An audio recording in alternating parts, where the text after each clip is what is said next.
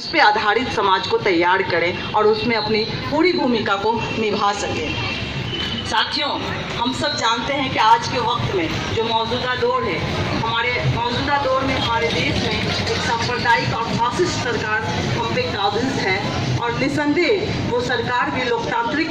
प्रक्रिया के तहत आज देश के लोकतांत्रिक सीढ़ियों पर चढ़कर उस कुर्सी पर काबिज हुई है। हमको आज इस बात को समझने की ज़रूरत है कि जिस लोकतांत्रिक प्रक्रिया के तहत एक सांप्रदायिक और फासिस्ट सरकार आ जाती है, उसके लिए जिम्मेदार कौन है?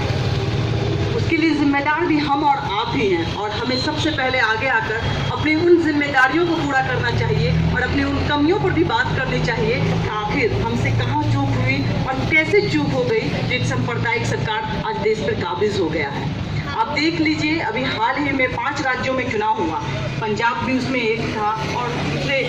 5 राज्यों में हम भले ही आज तक बीजेपी की सरकार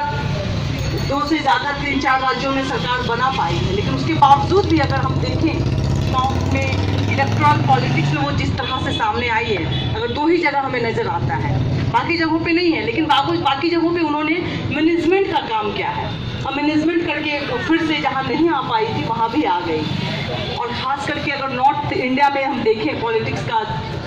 स्वरूप को, तो उसमें यूपी का चुनाव और यूपी के चुनाव के परिणाम बहुत इंपॉर्टेंट हैं। और देख लीजिए कि वो सरकार आने के बाद लगातार किस तरह का स्टेटमेंट देती है। जिस राम मंदिर बनाने के नाम पर, देश को सांप्रदायिकरण के नाम पर बांटकर जो सरकार आती है, वो आते ही कहती है कि अब राम मंदिर का मसला हम मिलजुल कर और बैठकर पूरा करेंगे। कोर्ट का भी आदेश आता है